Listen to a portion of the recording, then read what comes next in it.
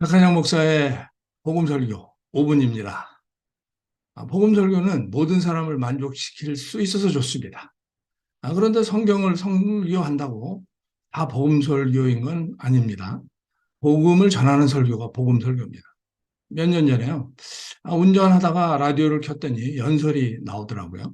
욕심을 내려놓고 겸손하게 사는 게 행복이라 뭐 이런 내용이었습니다. 처음에는 승려의 설법인 줄 알았어요. 그런데 끝에 가서 예수님이란 단어가 나오더라고요. 설법이 아니라 설교였던 겁니다. 물론 욕심을 내려놓고 겸손하게 사는 게 복된 삶이라는 가르침이 성경에 있습니다. 하지만 그게 복음인 건 아닙니다. 우리는 성경에서 삶의 방식도 배우고 무엇을 성취할 수 있는지도 배우고 헌신과 봉사에 대해서도 배웁니다. 하지만 이런 게 다 복음인 건 아닙니다. 목사가 설교하는 회중 가운데는 신자도 있고 구도자도 있습니다. 설령 지금 구도자가 없다고 하더라도 있다고 가정하고 설교하다 보면 어느 날 구도자가 와서 앉아 있을 겁니다.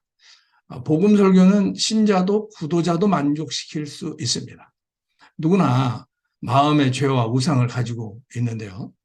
복음이 그 마음의 죄와 우상을 드러내서 은혜로 청산할 기회를 주기 때문입니다.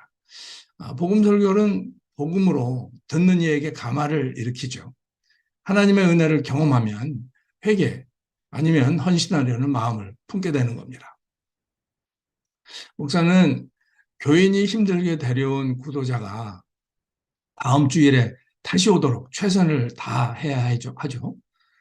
그런데 구도자가 설교에서 좋은 영향을 받아야 합니다. 그런데 구도자는 성경 지식도 없고 성경의 권위도 인정하지 않죠.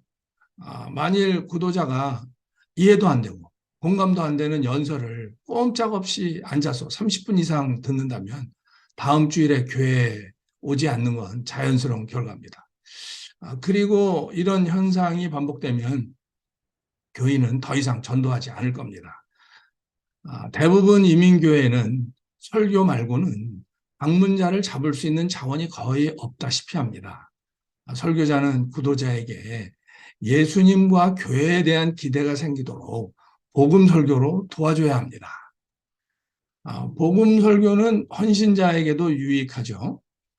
로마서 16장 26절 27절에서 바울은 이렇게 말합니다. 이 복음으로 너희를 능히 견고하게 하실 지혜로우신 하나님께.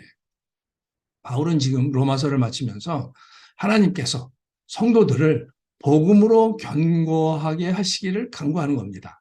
그러니까 신자의 믿음도 복음으로 견고하게 되는 거죠. 복음을 들음으로써 성도는 자기 의에 빠지지 않고 은혜와 감사로 돌아옵니다.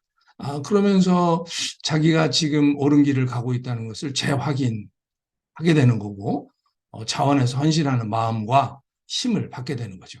그렇기 때문에 헌신자도 복음을 듣지 못하면 결국은 탈진하게 됩니다. 복음 설교는 기독교 신앙을 의심하는 사람한테도 유익합니다. 복음이 이러한 회의자에게 유익을 끼치려면 설교자는 복음을 회중의 일상에 연결시키는 것이 중요한데요. 이에 대해서는 나중에 좀 시간을 내서 자세히 나누는 시간을 가지겠습니다. 복음이 삶의 상황과 연결돼서 전해질 때 기독교 신앙에 대한 의심이 확신으로 바뀔 수가 있습니다. 예수님을 믿고 교회에 출석하는 게 옳은 것이라는 확신이 드는 거죠. 그리고는 헌신과 전도해 보겠다는 마음이 생기는 겁니다. 마지막으로 설교의 훈육이 많을수록 은혜에서 멀어집니다. 이건 드라마의 교육적 내용이 많으면 흥미가 떨어지는 것과 비슷합니다. 교육적인 내용을 전달하려면 다큐가 좋고 더 교육적이고 싶으면 강의가 낫습니다. 훈육을 위해서는 성경 공부나 큐티 모임이 더 효과적이죠. 목사는 설교에서 훈육을 하면서 선생의 자리에서 기분이 좋고 또 자기가 좋으니까 교인도 좋아할 거라고 오해할 수가 있습니다. 그리고는 뭐 성경도 훈육을 말씀한다고 이렇게 하면서 자신을 합리화시키죠. 그런데 성경은 하나님의 은혜를 먼저 말씀합니다. 훈육은 그 다음인 거죠. 복된 하루 되시기 바랍니다.